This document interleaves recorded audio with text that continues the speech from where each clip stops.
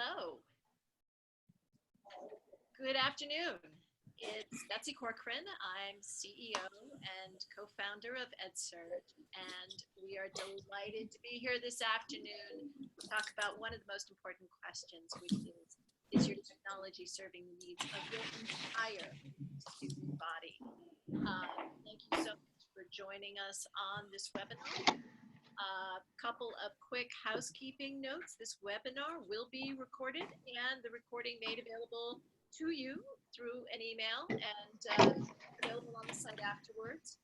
We also are going to encourage you to ask questions. You can use the Q&A button in the Zoom webinar window, and we're going to answer those throughout the entire webinar. So please feel free to jump in, ask some questions, and I will try to pick them up and we'll integrate them into our conversation. I'd like to start today's panel by first thanking our panelists, because we have some terrific people here with us. Dr. Cedric Ellis Sr. is superintendent of the Macomb School District in Mississippi, and he was recently one of 3 Mississippians to receive the National School Leadership Coach credential from the National Institute for School Leaders, and he's also been recognized by the National Association of School Superintendents as the 2015 Superintendent of the Year runner-up. And he has started the first pilot student-centered teaching and learning school, Mississippi, focusing on personalized learning, and is now rolling it up for multiple schools. So we'll talk about that. Also with us is Dr. Rosa Perez Isaiah, who's principal of Lawndale Elementary. And her experience has been 24 years in education as a teacher, as a bilingual specialist, a language arts specialist, assistant principal, and of course, principal of her school. And as principal, she's really focused on developing a healthy school culture, emphasizing professional development, professional learning communities, and critically meeting the needs of the whole child.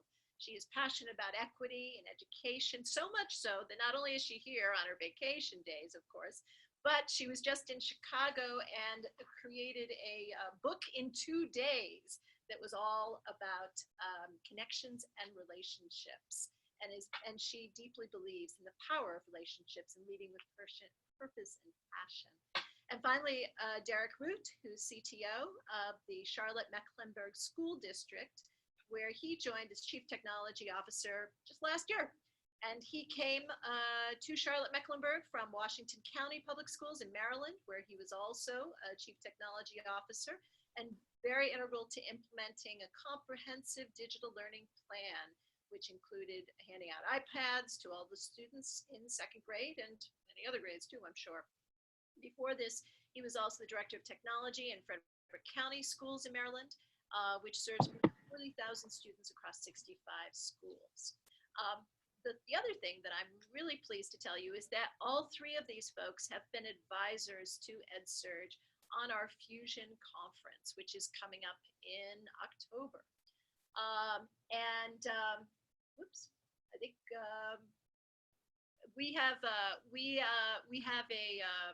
the Fusion Conference is going to be an opportunity to go into some of the topics that we'll talk about today in enormous detail.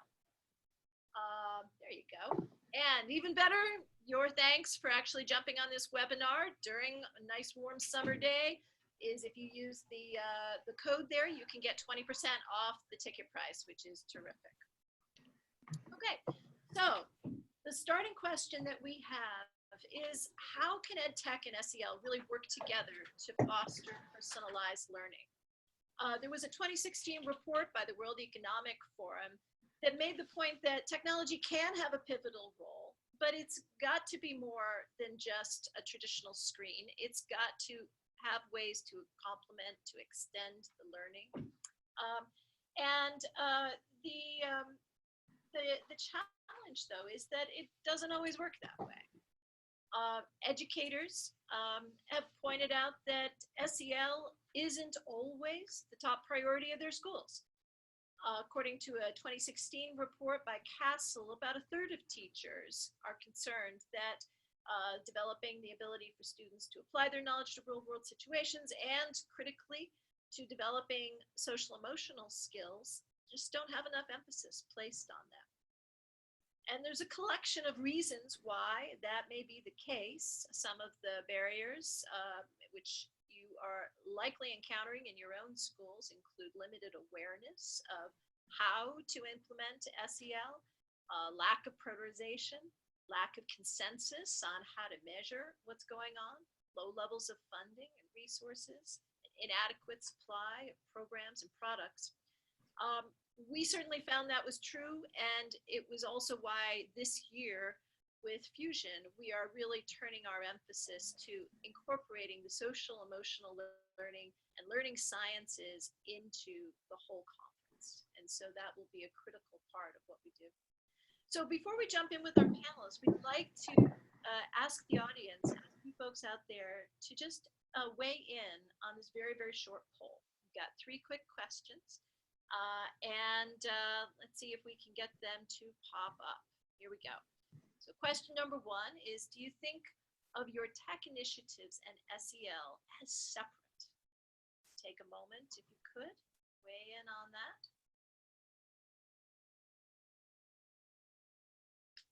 Second is, do your school or district have an effective way to measure SEL?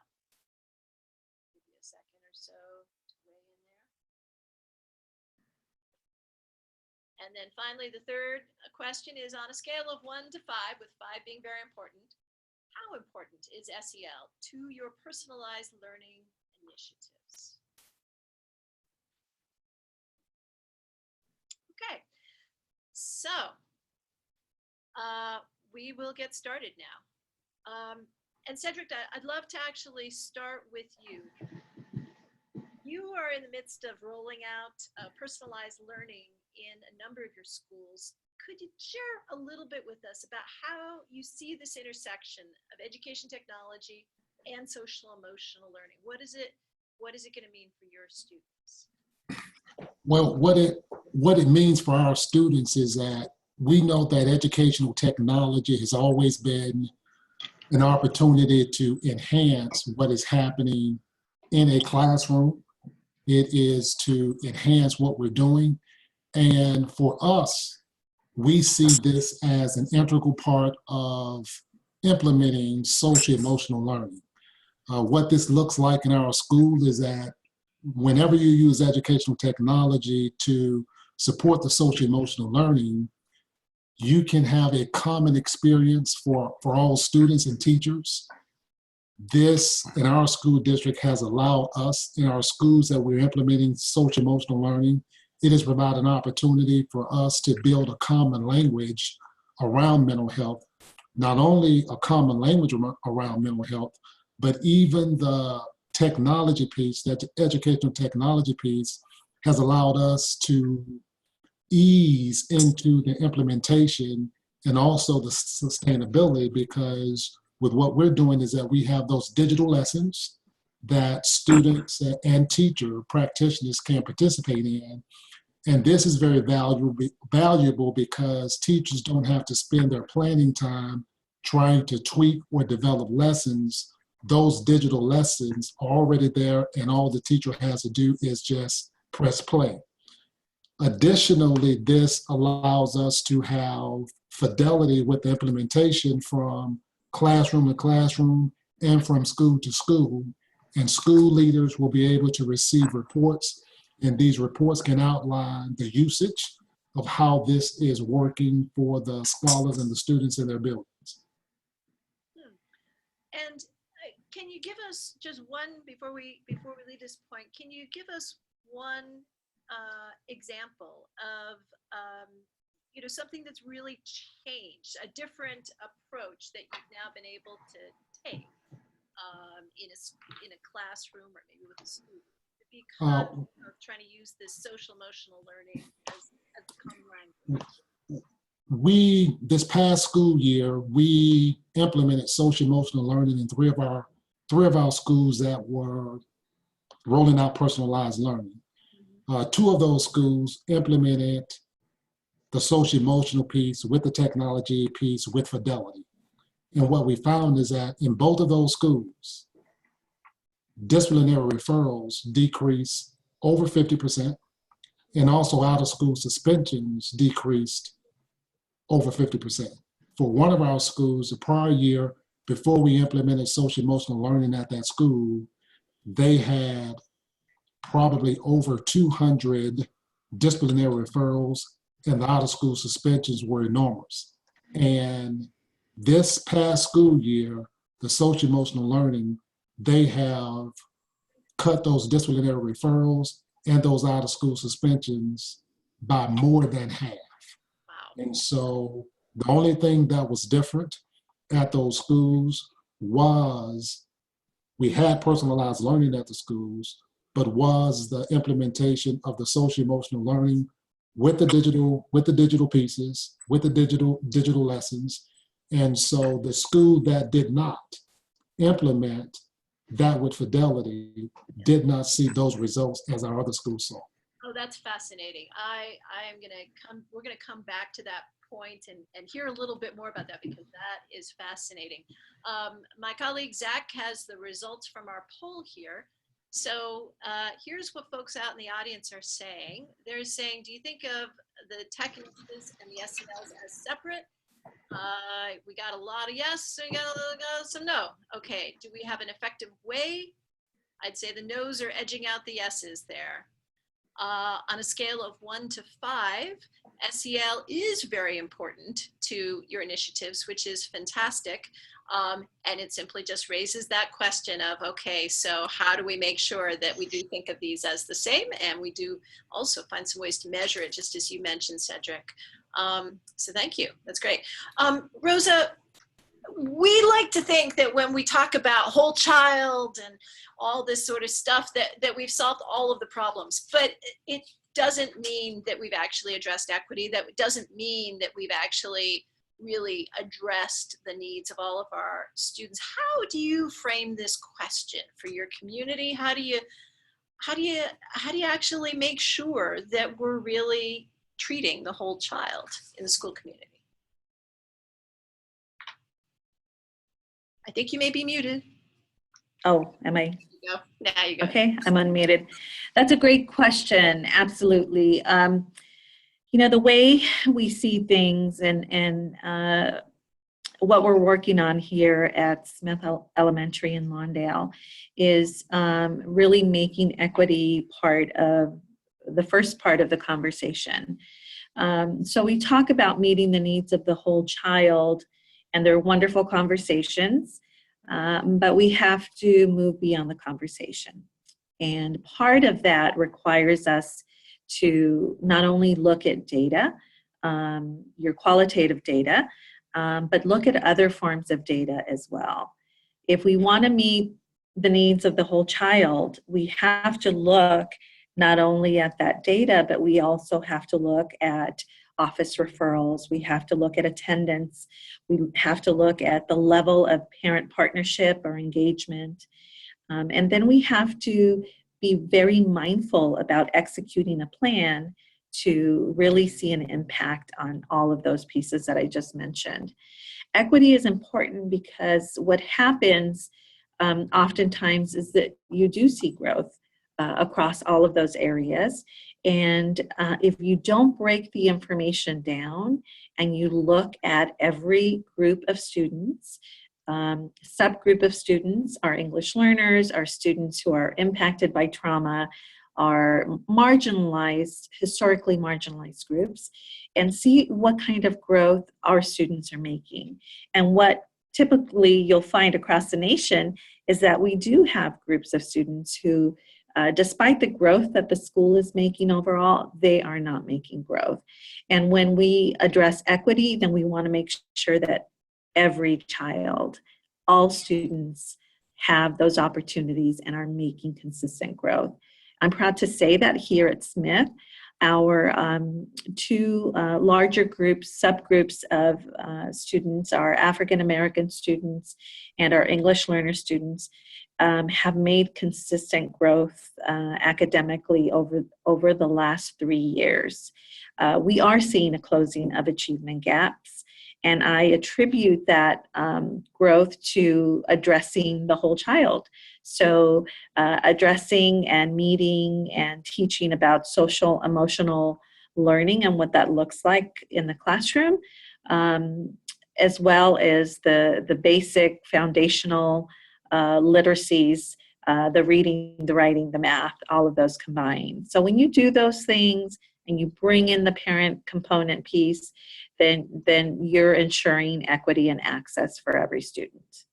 Take me back again before we move on here. Just take me back for a moment. You said 3 years. You've been really doing this deeply for 3 years. So 3 years ago, how did you find some of those groups, some of those kids who might have been marginalized? Can you just share with us a story of? Well, NCLB, it was, something that we all had to look at. But I remember coming to Smith about 7 years ago, and we were making growth above 800, and we're a Title I district.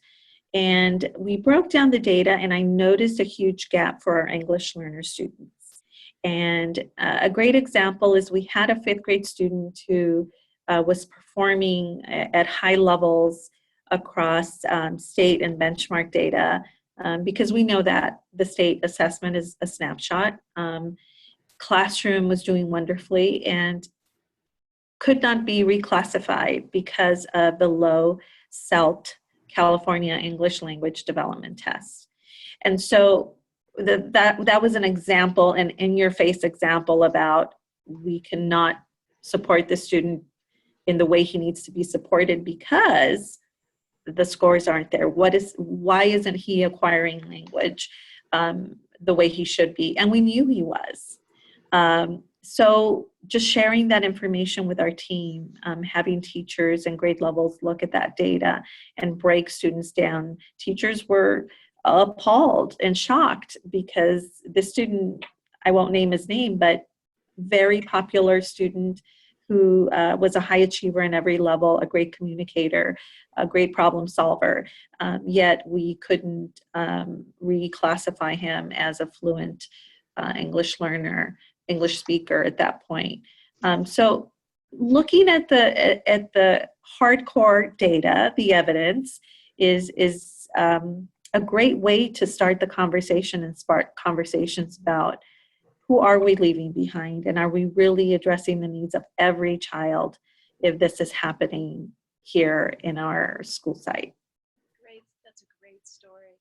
I want to remind everyone who's listening in that you can absolutely use the Q&A button and the chat button to weigh in on some questions. I can see that Delon Crosby is weighed in. Thank you, Delon. And yes, Sam, we will be sharing a recording afterwards.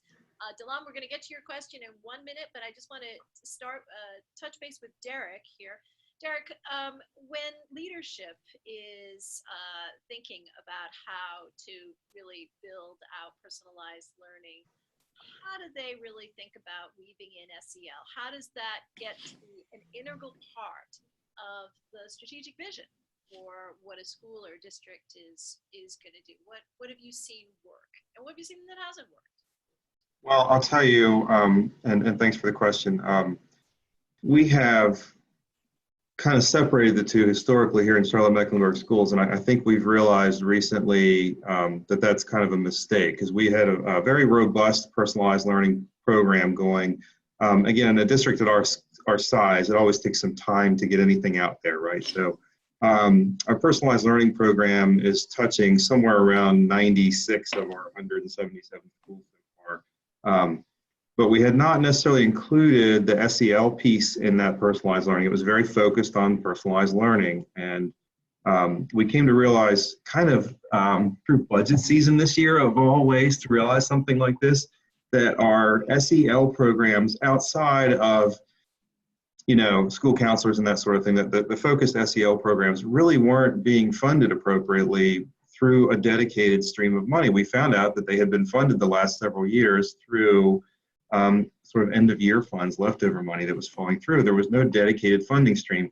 When we discovered that through the budget process this year, we've made steps to correct that. So what does that look like from a leadership perspective? I think I think you can go buy a program if you're interested in that. Some school systems do that. It works really well. There's restorative justice or second step or any of the number of canned programs that you can buy and sort of install in your school district. We are sort of customizing, as we tend to do here in Charlotte, our system. And we're going to take a look at that from a leadership perspective now, not just let it be up to the schools, but we're looking at it from a district leadership perspective. So as far as tech goes into that equation as well too, I'm not sure if I necessarily look at tech and SEL as mutually exclusive in any way, shape, or form. I think it's important that we balance equity into there as well too. Otherwise, we immediately start to impact the social piece of the SEL, I think, right, when the haves and the have-nots. So as a district, it's important for us to make sure that we have our students have access to the same types of tech, programs that are developed to suit them. And that doesn't mean a canned one-size-fits-all program for all 150,000 CMS students, but probably a more regionalized approach. We break our district up into regions, so there'll probably be a regionalized approach to a lot of the SEL. We also went to our board this year and our local county officials and explained to them that this was a really important thing. So again, beyond buying a program or developing a program, we have asked for and received not everything we liked, but a significant piece of what we were asking for from a human perspective, because I think we believe above all else that a strong SEL program starts with the adults in the building and not the kids in the building, that we have to get the adults on the right page and get the adults to think about things the right way. So our focus right now is more on adult training than it is on how we're actually interacting with our kids, other than trying to do things in a respectful and culturally proficient way. So I think that's such an important point. I'd love to connect, Frederick, to the schools that you described, the two that had been implementing SEL practices with personalized learning, the one that can you go into that a little bit deeper? I mean, Derek's made the point that it starts with teaching the adults, but I would love to hear a little bit more about how those two schools really managed that, and then we'll pull in Rosa and we'll keep going and as I said, we've got a couple of questions that are starting to come in, so we'll get in those too. Mm-hmm. But tell us a little bit more about those two schools. What was what helped make such a difference in the approach that they took, that you saw that incredible reduction in disciplinary issues and so forth? As Derek said, it starts with the adults in the building. And we can't reach the kids, we can't reach the scholars or the students until the adults begin to buy into those pieces. It starts with the leadership at both of those schools, at all three schools, but at both of those schools, we had two strong leaders who really believed that those were the components that would begin to transform education in their buildings, because so often we focus on state accountability assessments. We want all of our students to be proficient, and we focus so much on those academic components, putting all of those pieces in place for the academic components, not knowing that if we take care of the social and emotional pieces, that would take care of some of those academic deficiencies that our children have. And so it started with adults in the building, with the leadership saying that this is very important to my building, and the leader ensuring that, measuring and ensuring that the teacher practitioners, they implemented these pieces with fidelity. So if the leader does not buy into this is going to be transformative for my school, this is going to transform the lives of the students that we serve, then the adults in the building will not follow. We will have pockets of social-emotional learning taking place in our building, but holistically changing the climate, changing the culture of those buildings, it will not happen without the adults taking the lead if we really and truly want to transform learning in those schools. So I think that that was very significant in those schools, transforming their learning environments, and the school that did not implement those pieces with fidelity, now that leader sees that this is something that I should have began to implement with fidelity and not really focus on all of the academic pieces, but make all of these pieces marry so that we have a holistic approach now of educating our children. Rosa, I see you nodding, and I want to pick up on the data points you made because, again, as DeLon Crosby has pointed out, we do measure SEL skills very differently than we measure the academic skills. How are you trying to apply measurement? Do we have the right measures? How's data factoring in? Gosh, it's so many pieces. As I mentioned earlier, there's state accountability, of course, and that's just one small item. We have district-wide measures as well that we can look at. But also we have to look at the culture and the relationships piece. And what kind of environment are we providing for our learners? And that learner includes the teacher and it includes the parent. When you are creating and growing a healthy culture and learning environment, you do take those data pieces into account, but you're also looking at a number of other factors. So as I mentioned earlier, attendance is a huge piece. Talking to students about how they feel about school. We're often discussing these topics and we're not asking kids and we're not asking teachers and we're not asking parents. We're making assumptions based on a few details. Looking at that, looking at participation when you have parent workshops, when you have family nights and other opportunities to learn with kids. And then looking at how we are partnering as a staff to support each other and support the learning and growth of the entire school. So it's not just my classroom, my grade level, but it's our students. And what are we doing collectively to support them? A few highlights in my experiences.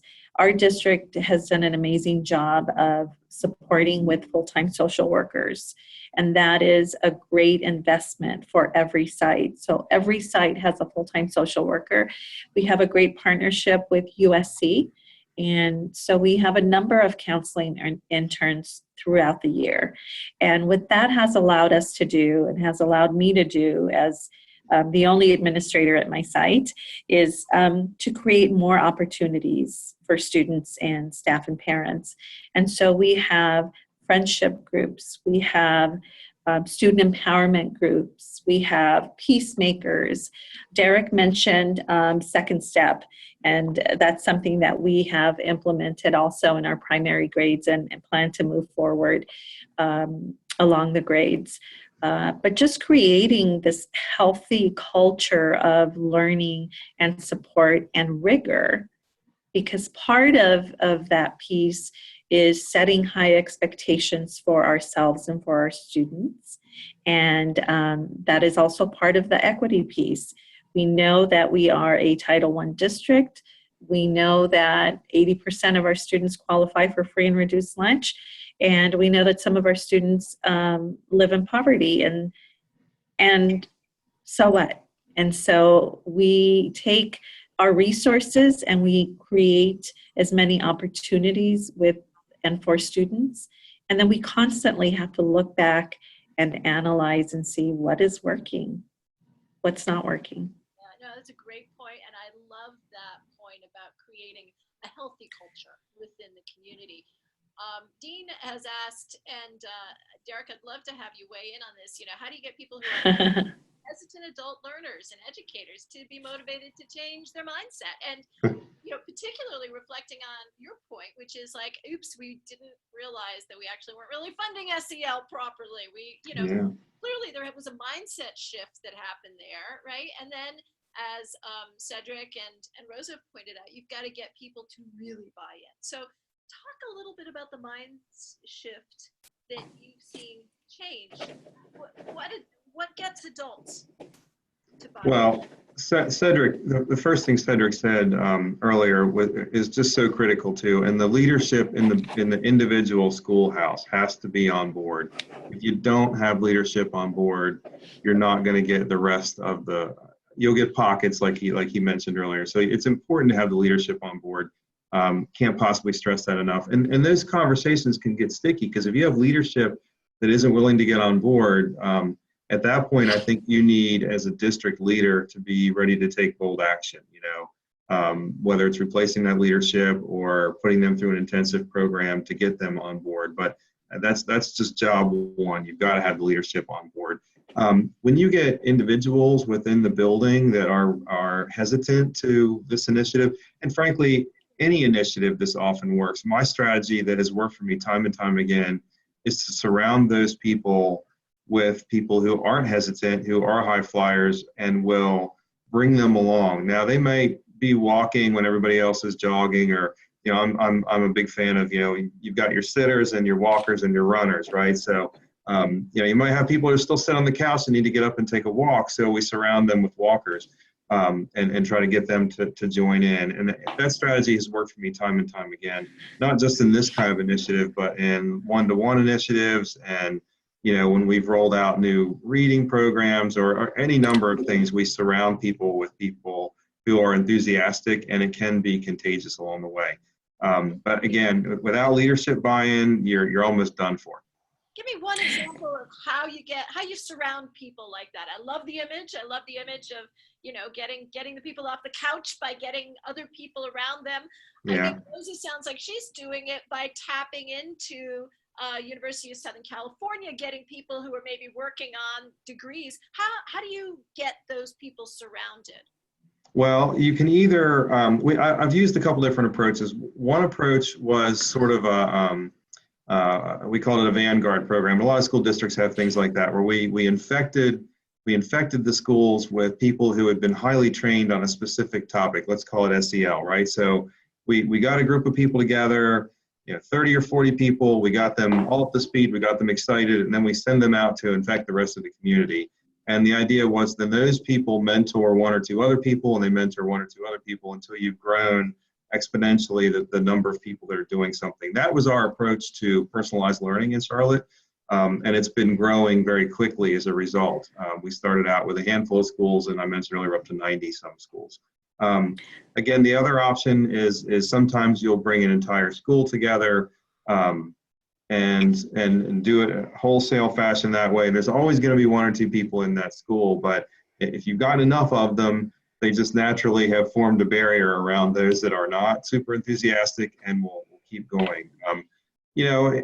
It's not like the corporate world, which is my background before education was all in corporate world. And when you had someone that wasn't enthusiastic, they just fired them. It was, we don't really do that in education so much. So we have to look for other approaches that are less heavy-handed. But again, time and time again for me, it's surround people with those who are qualified, professionally developed to a level, and enthusiastic. And if you put those three things together, you can usually get most of your staff to come along. Great.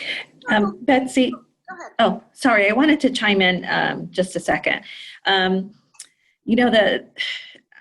not in love with the term buy-in. I appreciate the term collective commitment.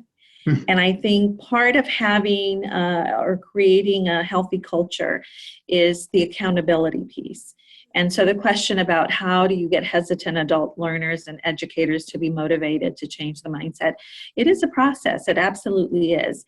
When you define the why and create this energy and sense of urgency around the work and develop some collective commitments, I think you are able to motivate, as Derek said, surrounding them by those people by doers.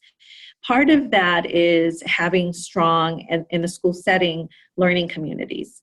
And so what I have noticed is when you do have a strong learning community, grade level community, people hold each other accountable. And it isn't necessarily me who is doing the work to hold people accountable. But then there are cases at some point where you do have to represent the administrator.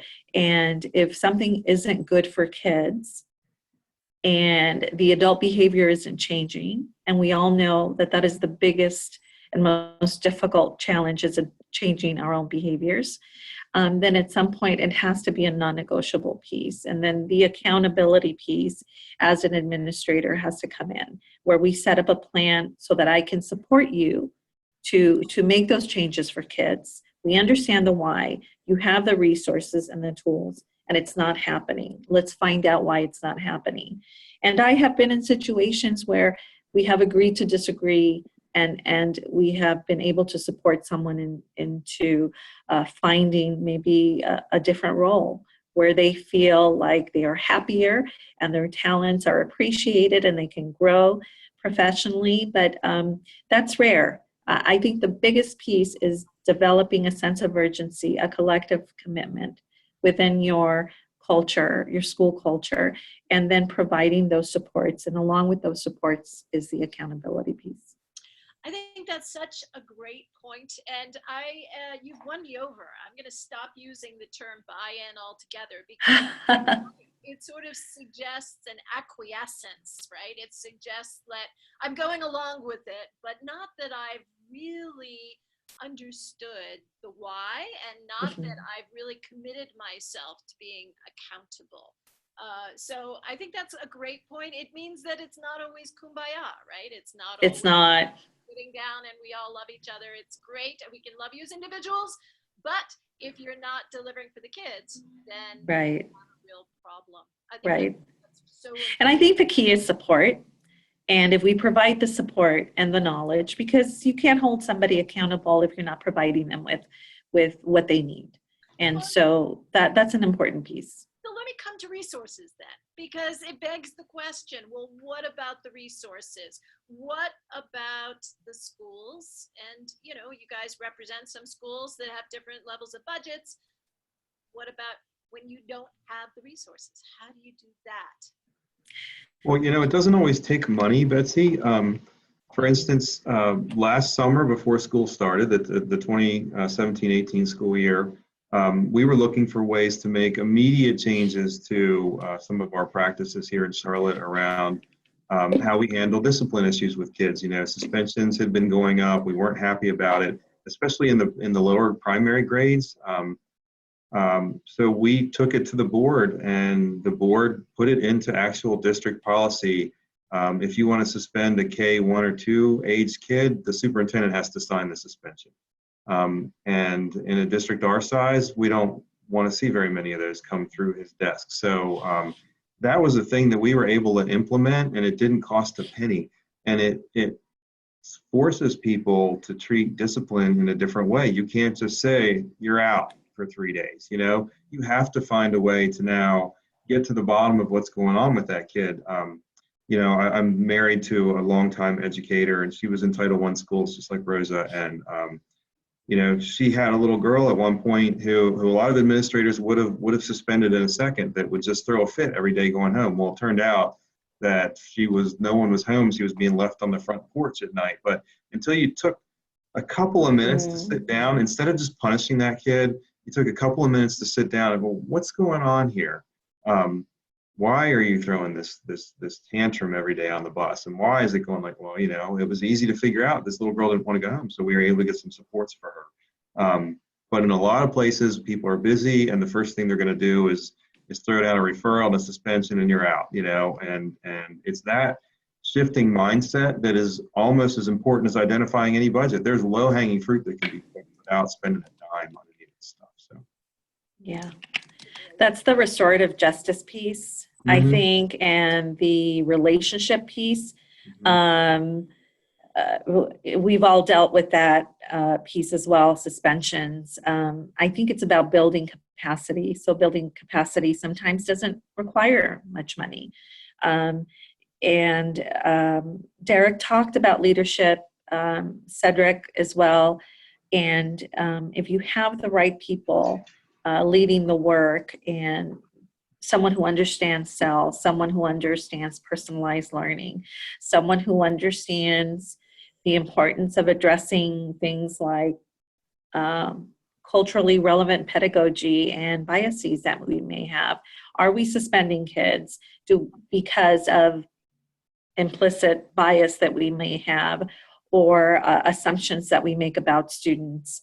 Are we taking time to develop capacity in our teachers so that they understand that it's okay, it's human to have those biases, but understanding how they impact your students and then changing those behaviors are important. So I appreciated that question, Betsy. That was a great question. Thank you, Derek. Thank you. Let's talk a little bit about age differences. We know that children go through different periods of learning, different emotional growth, different physical growth at different ages. So when we think about social emotional learning, number one is, is there any age that's too early to start at? And then number two, do we treat it differently at the elementary school level, the middle school level, the high school level? Maybe Cedric, as you're thinking about how you roll this out, I know you're rolling it out in middle schools and high schools. Do you have to ask a different set of questions when you're dealing with kids of these very different ages? Yes, you do, Bessie, because what we've done is that we've started early as we have a birth to kindergarten facility. And at that facility, we have the social emotional learning at that facility. And so as we're rolling out personalized learning and even looking at the SEL components, we're going to roll that out to K-8 this school year. And we looked at the high school because what we have to do is that we have to develop a common language around the SEL pieces, that this is a common language that they speak at the school. And what we found is that we had to readdress how would this look at a high school level, and we don't know yet. And so we think that we have some of these pieces figured out with our elementary students, but when you look at secondary students, the SEL pieces are going to be totally different for secondary students. And God knows when we begin to talk about junior high school students, 7th and 8th grade students, that is a challenge in itself, because with some of these digital pieces, some of the junior high school students and the high school students, oh, that is kiddie stuff. That is for the elementary students. So we have to be kind of creative when we are looking at these SEL pieces for the secondary level. And one of the things that we fail to do, even when we bring these components in, is that the person that we serve, that is always, most frequently, the person that's left out in the conversation, and that is students. And so if we involve those junior high school students and those high school students on this is what we have, but how do we need to implement these SEL pieces at the secondary level, I think that those students would be able to tell us much better than we can on what this looks like for them. And we began to have a collaborative approach on how we develop the SEL pieces using what we have, but developing something for those secondary students, because it is going to be different for those students in junior high school and high school. So one of the questions that an audience member, T. Gillier, asked is exactly to this point, which is, okay, great, that makes perfect sense, except how do we help students articulate what they're feeling when they may not have a vocabulary or the self-awareness or the confidence, I'll add, to share that with their teachers or with each other or with someone? How do we talk? I'd love to hear someone talk a little bit about this vocabulary question. How do we get them to feel confident enough to articulate this? I think the vocabulary question is just like other content that we share and teach students. I think we take the time to give the kids the language to use to problem solve, to express themselves, to advocate for self. And the best way, I believe, to do that is through modeling in the classroom, through creating opportunities to use the language, to be very explicit about teaching and sharing the language to be able to do that in the classroom. And sometimes we make assumptions about what kids come to us with, and we really shouldn't make the assumption. So if you are sharing and giving opportunities in the classroom, along with giving our parents the language to be able to support their kids with those conversations, because oftentimes kids will take it home, and I've had parents come in and say, what is my child talking about? What are you teaching my child? And so an example of that. I think that's such a great point, and I can imagine easily, both as a parent and as a child. Yeah, you have to take into consideration who your customers are, your students and your families, right? And so culture, language, race, all of those things come into play when we are giving kids the language to be able to express. I have found that when it comes to counseling, some of my families are very hesitant because there is this stigma around teaching kids to self-advocate and to be able to share what their needs and their worries are. And I know I was brought up in a household where you didn't ask questions, you just did what you needed to do. And so I think it goes back, right? It goes back to the why. And as we are partnering with our students in this learning journey, then we have to be able to bring everybody along. And that includes the parent engagement and the parent as a learning partner piece. So you share with parents the importance of developing these skills in kids and teaching students how to be self-aware and how to self-manage and how to develop relationships, and how this is part of 21st century learning and why these skills will create a healthier student and a healthier being. And some of that is frightening to parents if they get a pamphlet or a letter and they have no idea what this language means. And you're teaching my child this? I have questions about it.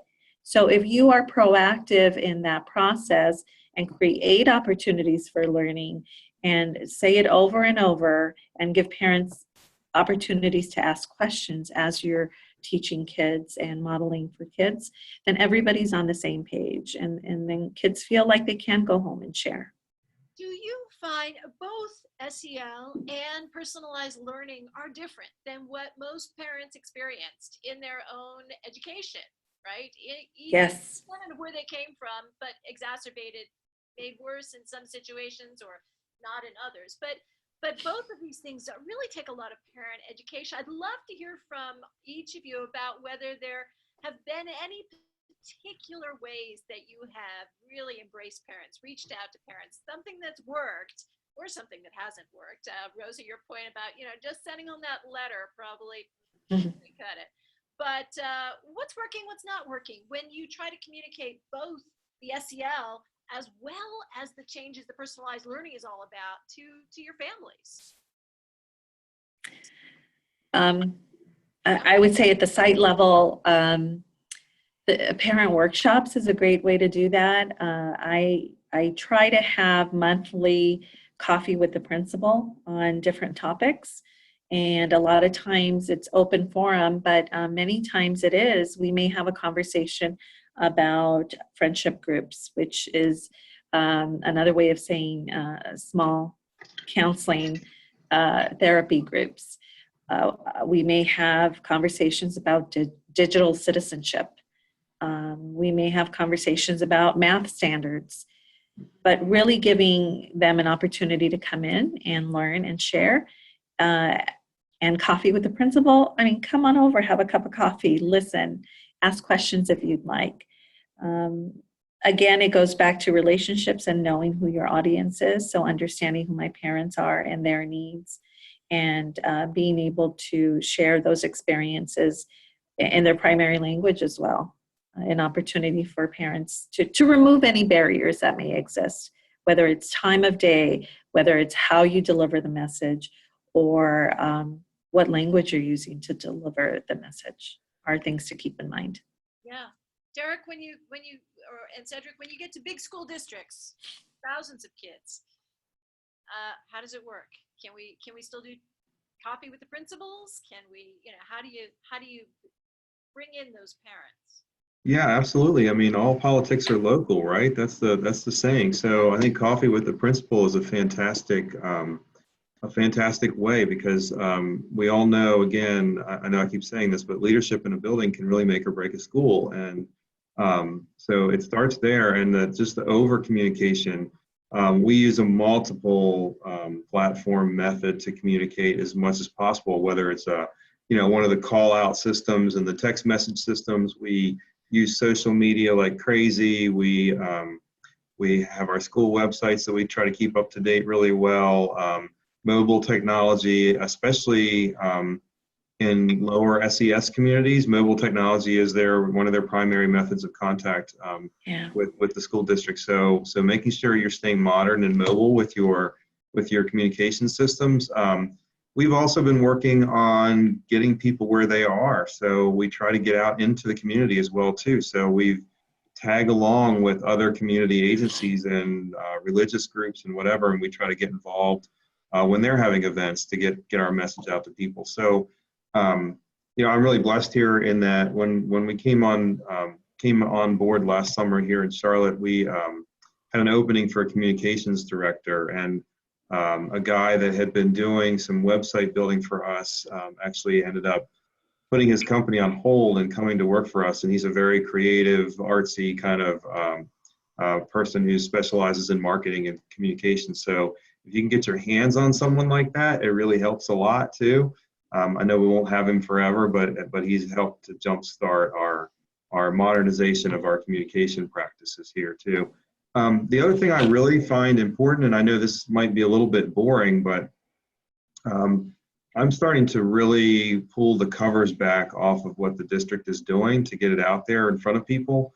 So we produced a report called Breaking the Link this year that shows, and it really just bared for everyone to see the inequities in our school district. And if any of you are interested, it's on the CMS website. I put it front and center on the webpage, so you can go open it up and read it. And then to go along with it, we opened up our data dashboards that we use internally. We opened up pieces of those to the public so the public can go and not just look at boring bar graphs, but actually manipulate the data and see absenteeism, suspension rates, performance of individual schools. They can compare one school to the next. So I think communication isn't just one way. It needs to be interactive, and it needs to be informative in a way that people can use instead of just us constantly blasting out information at the public. Very important. That's great. That's great. Cedric, anything you want to add into that? One thing I will add is that, what we've done is that we've also tried to put the students out front in assembly programs at board meetings to talk about how the personalized learning, the social emotional learning, how that has impacted them. And also having those students to do small skits about what the social emotional pieces look like. And so we have done that at several board meetings. What we've done to get our message out is we have a strong partisan education that we've developed over the past 2 years. And those are local businesses, banks, business owners, and we are also getting them to also share our message. This past summer, we developed a billboard. That billboard is on one of the major streets in the city, and that billboard talks about the personalized learning components of that we have in the Macomb School District. I'm not on that billboard. We have students, we have our scholars on that billboard, and we have our partners in education, some of our partners on the billboard. We have developed small rat cards because not everyone will begin to know what personalized learning is. And this is one of our rat cards that we've developed that talk about the 6 pillars of student-centered teaching and learning, what those pillars represent, On the other side of this card, we have our mission, we have our vision, and what we do is that we can just pass these out. We have these local businesses. We're in the process now of getting these translated into Spanish so that we can take these to our Spanish-speaking businesses and populations. So what we're trying to do is that we're trying to get the entire community to begin to talk about what we're doing in the Macomb School District and what we're trying to create. And if we can get our entire community and city behind what we're doing, then it is not just the school system, but it is the school system and the community. And now these conversations are beginning to take places at dinner tables that these conversations did not traditionally take place. And so those are the things that we're doing in addition to some of those things that Derek said and Rosa said, in order to really begin to educate the community and everybody else on what we're doing in the Macomb School District. We are inviting people to come to our school district, to tour our school district, to see those things that we're doing, because if they see it, now they can say, oh, wow, I did not know these things was happening in your school district, and they can go tell a friend. I love it. I love it. I think that's fantastic. So I'm going to ask one last question. We're just about out of time.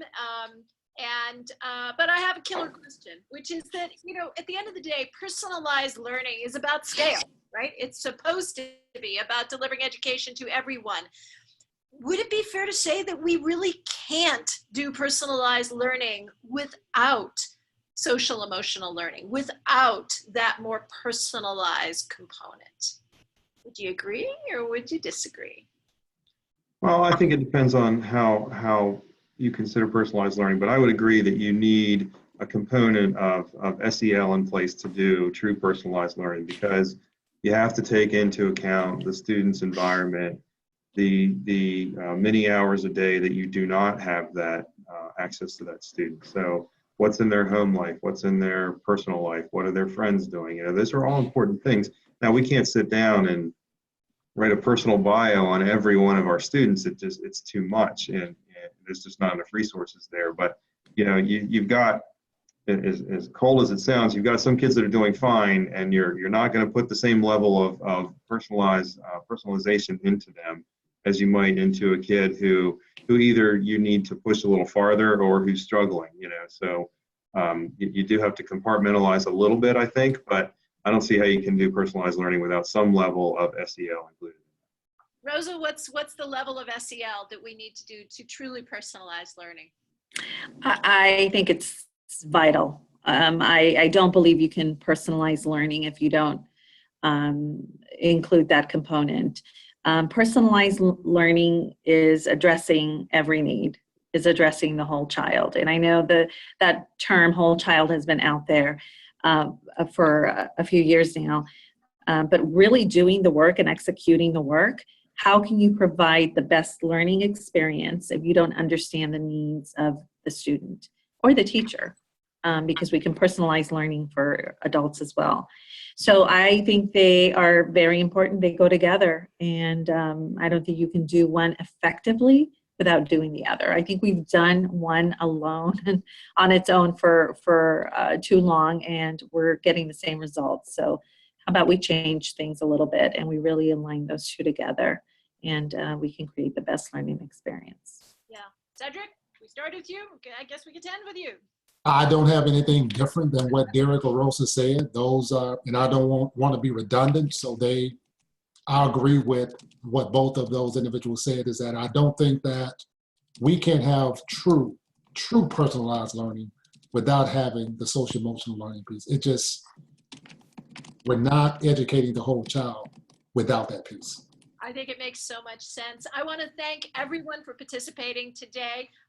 Really start with our panelists, Cedric Ellis from Macomb School District, Rosa Isaiah from Smith Elementary in Lawndale. Sorry about that. And No problem. From Charlotte Mecklenburg. Thank you all so much. For everyone who is online, please think about coming to Fusion. This is the beginning of the conversation. We haven't solved everything at this point. If you sign up before July 23rd, you get a 20% discount. That's our gift to you for taking your summer day and engaging in what is really one of the most fundamental issues involving education today. So thank you all very much. Thank you everyone who participated online, and have a wonderful day. Thank you. Thanks, Betsy. Bye, Thank you, everyone. everybody.